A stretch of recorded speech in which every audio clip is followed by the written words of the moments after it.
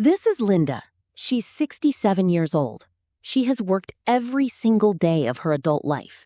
She did everything right. She showed up, she saved what she could, and she cannot retire. And this is not a rare story. This is America right now. 1 in 5 Americans over the age of 65 is still working. Not because they want to, because they have to. And that number is going up. So what happened?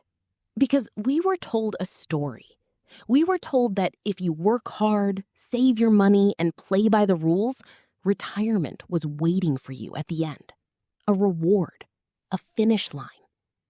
But for tens of millions of Americans, that finish line keeps moving. And I want to show you exactly why. Let's start with the math. Financial advisors will tell you that to retire comfortably, you need to have saved roughly 10 to 12 times your annual salary by the time you're 67. So if you're making $60,000 a year, you need somewhere between $600,000 and $720,000 sitting in a retirement account before you can even think about stopping work. The median retirement savings for Americans between the ages of 55 and 64, the people who are supposed to be closing in on the finish line, is $185,000. That's not a typo. $185,000 against a target of $700,000. That's a gap of over $500,000. And we need to talk about how that gap got so wide, because it did not happen by accident. Let's go back about 40 years. In the 1970s and 1980s, the dominant retirement system in America was something called a defined benefit pension. You worked for a company for 30 years, and that company promised to pay you a fixed monthly income for the rest of your life after you retired. It didn't matter what the stock market was doing. It didn't matter if you were good at managing money. You showed up, you worked, and the company took care of the rest. Then something changed. In 1978, a small, obscure line was added to the tax code, Section 401k. It was originally designed as a bonus savings tool for executives. Nobody thought it would become the foundation of the entire American retirement system. But over the next 2 decades, corporations realized something. Pensions were expensive. Predictable, yes, but expensive. And the 401k gave them an exit ramp. So they took it. Between 1980 and 2008, the number of workers covered by traditional pensions dropped by more than half. Companies shifted the responsibility of retirement from themselves onto their employees. They said, here's an account, we'll maybe match a little of what you put in, now go figure it out. And most people couldn't figure it out, because here's the thing nobody tells you about the 401k system. It only works if you have extra money to put into it. And if you're George, remember George making $25,000 a year as a security guard in Atlanta? You don't have extra money. You're using every dollar just to get through the month. There is nothing left to invest. So George's retirement account stays empty, year after year after year. But it's not just George. Even people making $50,000, $60,000 a year are struggling to consistently contribute because the cost of just living has exploded. Let's talk about housing for a second, because this is the one that keeps me up at night. In 1980, the median home price in America was around $47,000. The median household income was around $21,000. So a home cost roughly 2 times your annual income. That ratio was manageable. Today, the median home price is around $420,000. The median household income is around $74,000. A home now costs nearly 6 times your annual income. That ratio has tripled. What that means in practice is that millions of Americans who used to be able to buy a home, build equity, watch that asset grow, use it as a retirement cushion, simply can't do that anymore. They're renting. Renting doesn't build wealth. Renting is money that leaves your pocket every month and goes into someone else's. And rent has gone up too. Between 2000 and today, median rent in America increased by over 150%. Wages over that same period, up about 50%. The math doesn't work. And when the math doesn't work on housing, there's nothing left for retirement. Then there's healthcare. This one is brutal. The average retired couple in America today needs approximately $315,000 saved just to cover healthcare costs in retirement. Not housing, not food, not travel, just medical expenses. That's on top of everything else. And here's where it gets cruel. The age for Medicare eligibility is 65. So if you retire at 62 or get pushed out of your job at 60 because your company decided to restructure, you have a gap.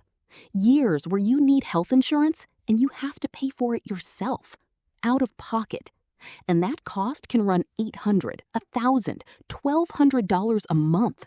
For a lot of people, that gap is the thing that wipes out whatever savings they had managed to build. So you've got a generation of Americans who never had a pension, who couldn't consistently fund a 401k because their wages stagnated while their costs went up, who couldn't build equity because housing became unaffordable, and who face a healthcare system that can drain savings faster than almost anything else. And we haven't even talked about Social Security yet. Social Security was never designed to be your entire retirement.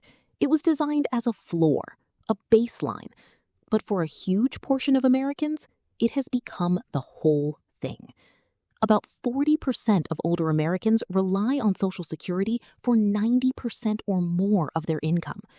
The average monthly benefit right now is around $1,900 a month. That is $22,800 a year. That is below the poverty line for many parts of this country. And the program itself is under pressure. The Social Security Trust Fund is projected to face shortfalls by the mid-2030s. Without changes, benefits could be cut by around 20%. The people counting on that $1,900 a month would be looking at $1,500. Try renting an apartment on $1,500 a month. Try paying for your medications on $1,500 a month. This is not a distant problem. This is a decade away. So let's go back to Linda. Linda worked as an administrative assistant for 35 years. She made decent money. Not great, but decent. She put what she could into her 401k when her employer offered a match, but there were years, the divorce, the kids, the medical bills, where she had to pause contributions. She never owned a home because the timing never worked out. She's renting a one-bedroom apartment for $1,400 a month. She has $112,000 in retirement savings. She is 67, and every financial calculator she runs tells her the same thing. It's not enough. She's not irresponsible. She's not lazy. She did not fail. The system failed her. And the system was redesigned to fail her. Because here's the part that doesn't make the news enough. While the middle class was losing pensions, while wages were stagnating, while housing was becoming unaffordable, wealth at the top was accelerating at historic speed. The top 1% of Americans now hold more wealth than the entire bottom 50% combined. The 401k system, while it left millions of workers behind, created massive new flows of money into the stock market, which disproportionately benefited people who already had money invested. The retirement crisis is not a personal finance problem. It is a structural one. It was built over decades through policy choices that shifted risk away from corporations and on to workers, that allowed housing costs to spiral, that left healthcare unresolved, and that let wages fall behind while the cost of everything else went up. 100 years ago, this country looked at a similar gap between the wealthy and everyone else and decided to do something about it. They built Social Security.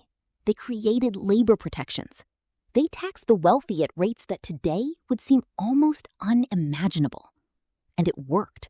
For a few decades, it actually worked. Then we unwound it.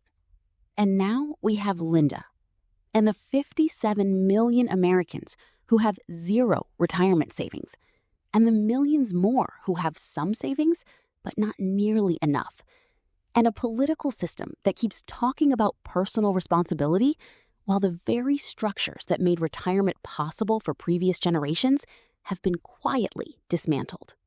This is fixable. It has been fixed before. But it requires admitting that what we built over the last 40 years has not worked for the people it was supposed to work for. Linda deserves to stop working. She has earned it.